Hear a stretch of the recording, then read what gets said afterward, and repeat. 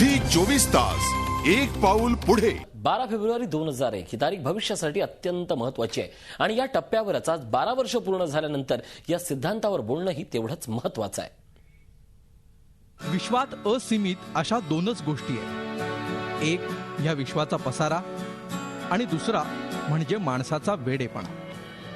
त्यातील पहिला भाग एक दिवस कदाचित आपल्याला सीमित दिसेल, पण माणसाचा वेडेपणा हा मात्र नेहमीच असीमित राहील। अल्बर्ट आइन्स्टाईनचं हे वाक्य आज काळाच्या कसोटीवर पुन्हा खरं ठरतंय। खरं तर गमतीनं वेडेपणा हा गुणसूत्रातच असतो असं म्हणून सत्य नाकारणाऱ्या माणसांच्या दुनियेत काही माणसांना आता मानवाच्या गुणसूत्रांच्या अभ्यासाचं जणू वेड लागलंय।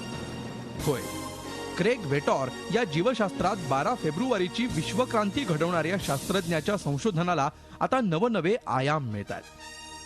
डीएनएचं फ्रिक्वेन्सिंग किंवा जनुकांच्या गुणसूत्रांचं वर्गीकरण करणं ही खर्चिक प्रक्रिया पार पाडत क्रेग यांनी जगासमोर आणलेल्या सिलिको बायोलॉजीच्या सिद्धांताला आता एक तप उलटताय। त्यावेळी यासाठी सुमारे $150 कोटी खर्च आला होता।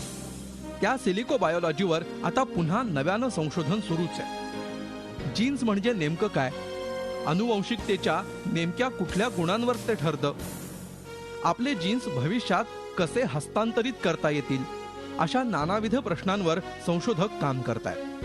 पण त्याचवेळी हा प्रचंड खर्चही महत्वाचा आहे। आता हा खर्च कमी करण्यासाठी आर्चून एक्स ही $10 मिलियन एक स्पर्धाही ठेवण्यात आली आहे। जो संशोधक हे जर संशोधकांना शक्य झालं तर नव्या विश्वक्रांतीला सामोरं जाताना आपल्यालाही याची देही याची डोळा पाहण्याची संधी मिळणार आहे। या सगळ्या अभ्यासात महत्वाची ठरणार आहेत ती म्हणजे मानवाची मूलपेशी।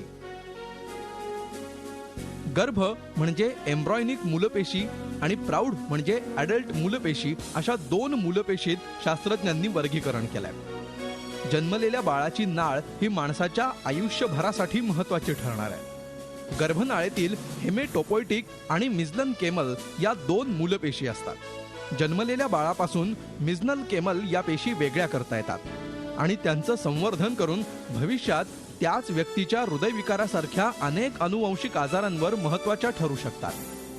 2008 साली दातातल्या मूलपेशींचा वापर करून मेंदूवर उपचार करण्यात आले होते।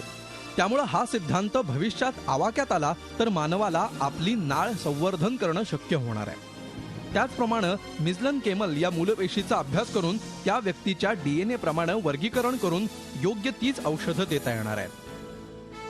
डीएनएचा अभ्यास आणि त्याप्रमाणे उपचार ही संकल्पना आता काळानं आपल्या उंबरठ्यावर आणून ठेवली आहे। 12 फेब्रुवारी 2001 हा दिवस या नव्या विश्वक्रांतीची नांदी ठरला आणि आता एका तपानंतर यात अनेक बदल होत आहेत। पुढची पिढी यात संशोधनात कदाचित जन्मेलही आणि सुखी निरोगी आयुष्य जगेल, पण ही पिढी केवळ सुदृढ शतायुषी माणसं असतील की विचारहीन पण संवेदना असलेला माणूस नावाचं एक यंत्र, या प्रश्नाचं उत्तर नाहीये।